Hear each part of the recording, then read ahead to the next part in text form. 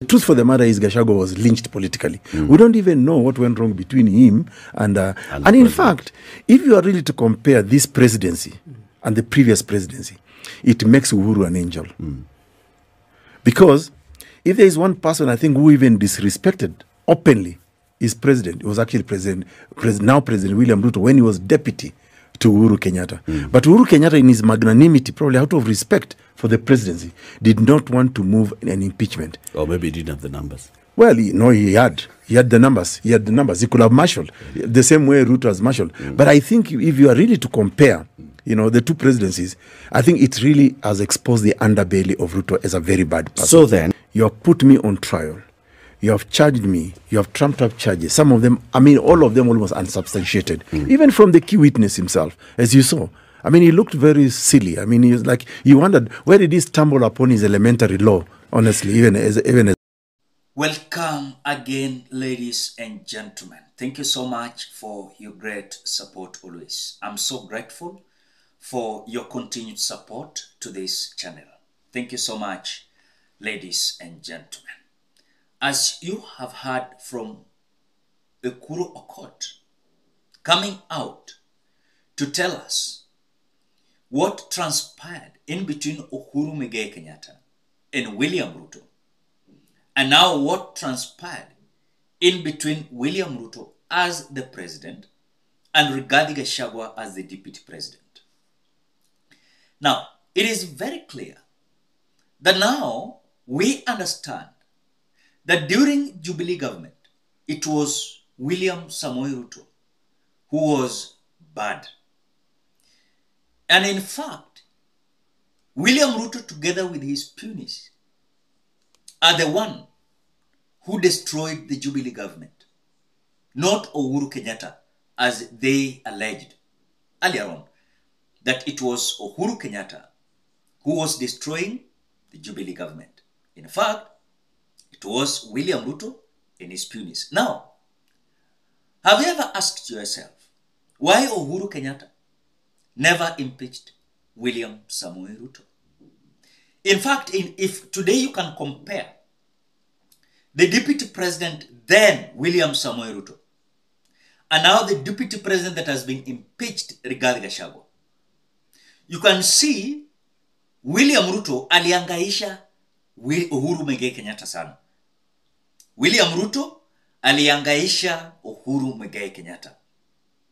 But despite of that, Uhuru Kenyatta never wanted to impeach William Samoei Ruto. He never wanted. Because if he wanted to impeach William Ruto, so wangemtoa. By then, Uhuru Kenyatta alikuwa na some MPs, Raila Odinga walikuwa na handshake na William Ruto. Wangeungana, wangetoa William Ruto. And remember by then, ODM of Raila Odinga hawakuwa wanaoneana, yani wanaonana eye to eye with William Samoei Ruto. So then, angetolewa. Angetolewa. But have you ever asked yourself, why Uhuru never impeached William Ruto? Because anajua hakuwataka hii problem ndogo hii. Again, ingekuwa like could destroy that unity. Enye Uhuru Kenyatta alikuwa na claim wanted a united country. But on this side, William Ruto is lying to us that he wants a united country. A broad-based government. I usually call it blood-based government. A government, a national government of thieves who are there to satisfy their needs and their interests. Now, Ekuru Aukot is going ahead trying to elaborate for us why Gachagua was politically lynched. Why Rigathi Gachagua was politically lynched. Ladies and gentlemen, before we listen to Ekuru Aukot again, just do me a favor and ensure you like the video.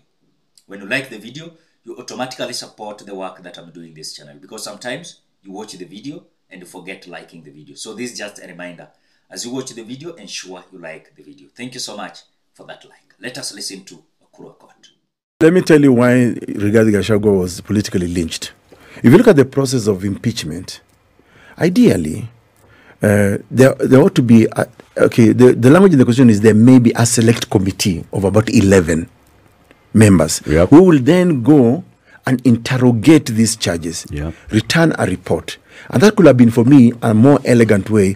And I'm juxtaposing that to the importance of this office of the presidency. Because remember, as we said earlier, this is a president in waiting. It's not just anybody. It's not just any politician. You know, this is a person today, if the president collapses, actually will take over the reins of power and actually be the CEO of this country. So we should have, we ought to have attached, I mean, we're going back to the question of the spirit. What would have been the best way to go about this? Not to make the Senate a committee to impeach Gachagua, because you needed to have attached importance. If you remove this person, what are the possible consequences? Because he is charged of being a tribalist. But today, I think the mountain is more united now, more than ever. I mean, the mountain is very much united, whatever you want to call it. But I think for me, wisdom ought to have reigned on the speaker, on the senators, to say, you know, let's tread very carefully on this issue because of the implications. At least let's give an opportunity to a select committee to interrogate these charges, return to us their verdict. You should have put that in the Constitution. It is there. It is there. Not as optional. No. It is there. You should have made it the requirement. So according to Ekuru Aukot, he's saying that this impeachment of Gachagua was politically linked because this was like a mob justice from the National Assembly and to the Senate Assembly. We had this option of 11-member committee. According to Ekuru Aukot, he's saying that this 11-member committee could have been best because wangeenda investigate tip by tip, pole, paka or bring the report that we are like not seeing any ground of removing Rigathi Gachagua. But naturally, you could see the National Assembly and the Senate Assembly, they were already having directions. And even if they were to take the 11-member committee, they were already directed on what to do.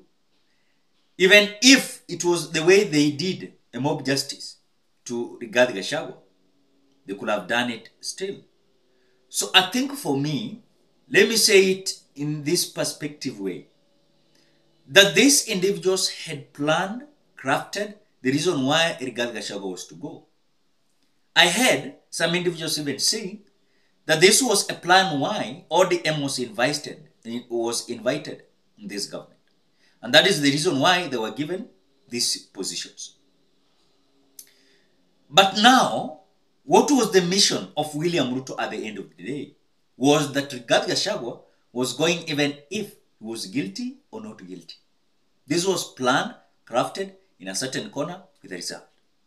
That is what happened.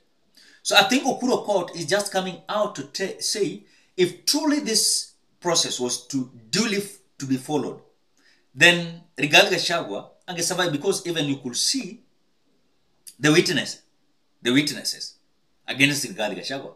They were so stranded, they were confused, they never knew even what to say, evidence to table before the house. But at the end of the day, they decided they were removing the so-called Rigathi Gachagua.